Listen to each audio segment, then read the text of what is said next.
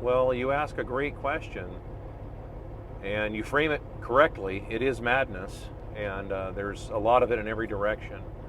The solution, near as I can tell, is people are going to have to be willing to give up on the illusion of wealth, and the illusion of wealth that is being portrayed by fiat, right? By government spending, by money printing, counterfeiting. Like that's the only way to get past this. Is that people have to be willing to get past it, and realize that they're not as wealthy as they thought they were.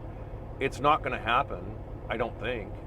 Maybe 5% of the population is willing to actually say, you know what, this is all fake, and I don't want to participate anymore in the dollar system because it's phony money and it's printed from nothing. I don't think it's going to happen for the majority of people because it provides a level of comfort, and it's all that people know. Even though it's the very thing that's slowly unaliving them, right? That's how it is for everything, right? Everybody knows that you should, eat right and get exercise, right? Well, like, we all know that. How many people do it, right? We all know that you probably should not be eating fast food every single meal. Yet there are people who do it. We all, there's just these are all things that we all know. Like, you should not drink excessive alcohol because it can do damage to your liver and your kidneys and so on. But people still do it. You shouldn't engage. There's just all kinds of things that you shouldn't engage in, and then people do them anyway. So, and the most destructive is the illusion of wealth. That's the most destructive. So, how do you get past that? I don't think you can. And I think that a few people are waking up. But until that happens on a large enough scale to where an economy can emerge from it, because it has to be kind of a separate economy, right? That's, and then of course they'll, the people who print money are not going to want that to end. They will see that they'll call you every name in the book. They'll call you, I don't know what words I can use, but I mean they're all the buzzwords all the political buzzwords that people use about,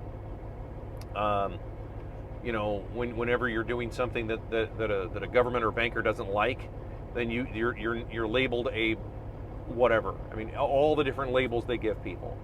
So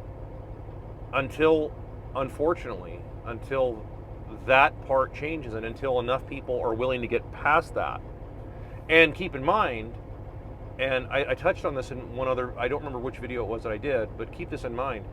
There are people who make money, a lot of money, and have a lot of power off of a system like that, right? They're not going to want to give that up. They don't want to give up any of that.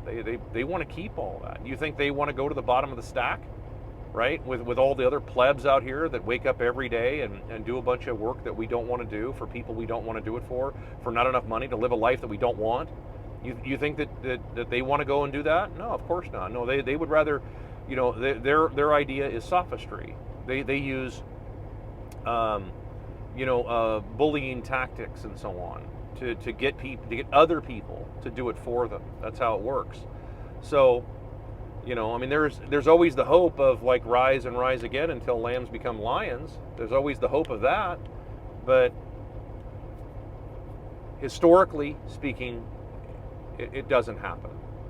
Historically, what has to happen is a collapse, and hopefully it goes the same way that the Soviet system collapsed, where it just sort of goes away. I don't think that's going to happen this time, unfortunately. I think that they are maneuvering things right now, getting rid of old law, common law, things of that nature that exist, and they're doing that on purpose. It's you remember, keep in mind that the founders of our country left all that stuff in there. There's all the old stuff that they got. I mean, like, where U.S. law comes from, if you do a little research, they take a lot of the idea from the Swiss. They take a lot of them from old British common law, of course, because they were British.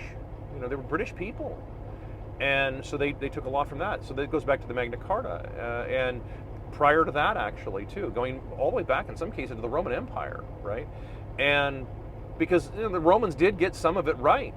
Okay, I mean, they did. The idea of a limited government, a limited state, they did get that idea right. Now, so our founders did everything they could to try and prolong as much as they could, but it doesn't work against fiat money. It doesn't work against money printing. It doesn't work against counterfeiting. Counterfeiting is always the bane of any country's existence, and that's what ends up happening. And I did a video where I talked about 1865, after Lincoln's conquest of the South, and make no mistake, that's what it was, because the South would have had their own currency. They would have been able to export their inflation, because the South was an engine of manufacturing. They manufactured textiles and what have you.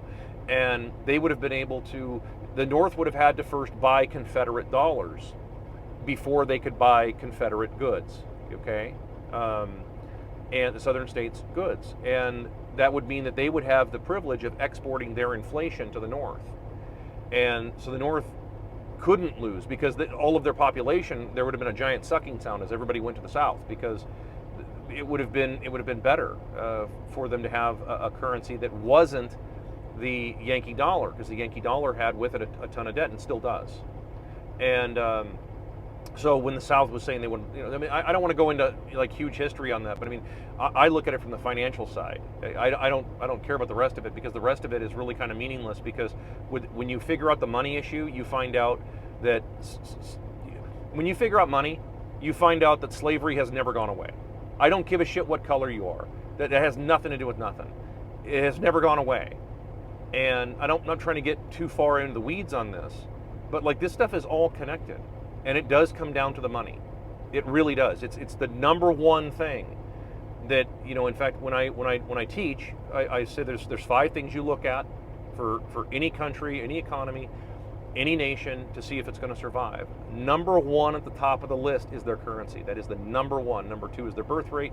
Number 3 is, are their small businesses functioning? But number 1 at the top of the stack is currency. What kind of money do they have? That right there will tell you everything you want to know. And, as to whether or not they have a prayer of surviving. And, my detractors who say you just hate gold backing, like, no, I don't have a problem with gold as a currency. If you want to use gold itself, at the metal, that's fine, or gold dust, that's fine. But anytime you add a third party into it, and you allow them the privilege of printing money, of printing currency, or printing notes, it's over. It's over. They will always print more. So the solution is to try and collapse this as quickly as possible. And the people that's why I get called a leftist by all the people on the right, and I get called a MAGA guy by all the people on the left, because they can't fathom somebody who actually doesn't have a political agenda. I just want an honest game, right? With real money, so that nobody can play these kind of shenanigans on everybody, and print money to worthlessness, send all their money over to other countries, over God knows what, like all these different things, and have all kinds of welfare programs for giant corporations and for people alike, because all that is just, it's welfare for both sides. A 4th generation trust fund kid is no different than a 4th generation welfare kid. They're the same mentality, right? And entitlement isn't just on the part of the left, or the poor people on the left. It isn't just entitlement on that side. There's a lot of rich people on the right that are plenty entitled. They believe that they're entitled to all kinds of profits all the time, and not have to actually earn a profit like a normal business has to. But normal businesses have to earn a profit. They don't just get to say, make a law and make us profitable. Okay, that's just not reality. That's the solution. A full collapse. We'll see if it happens.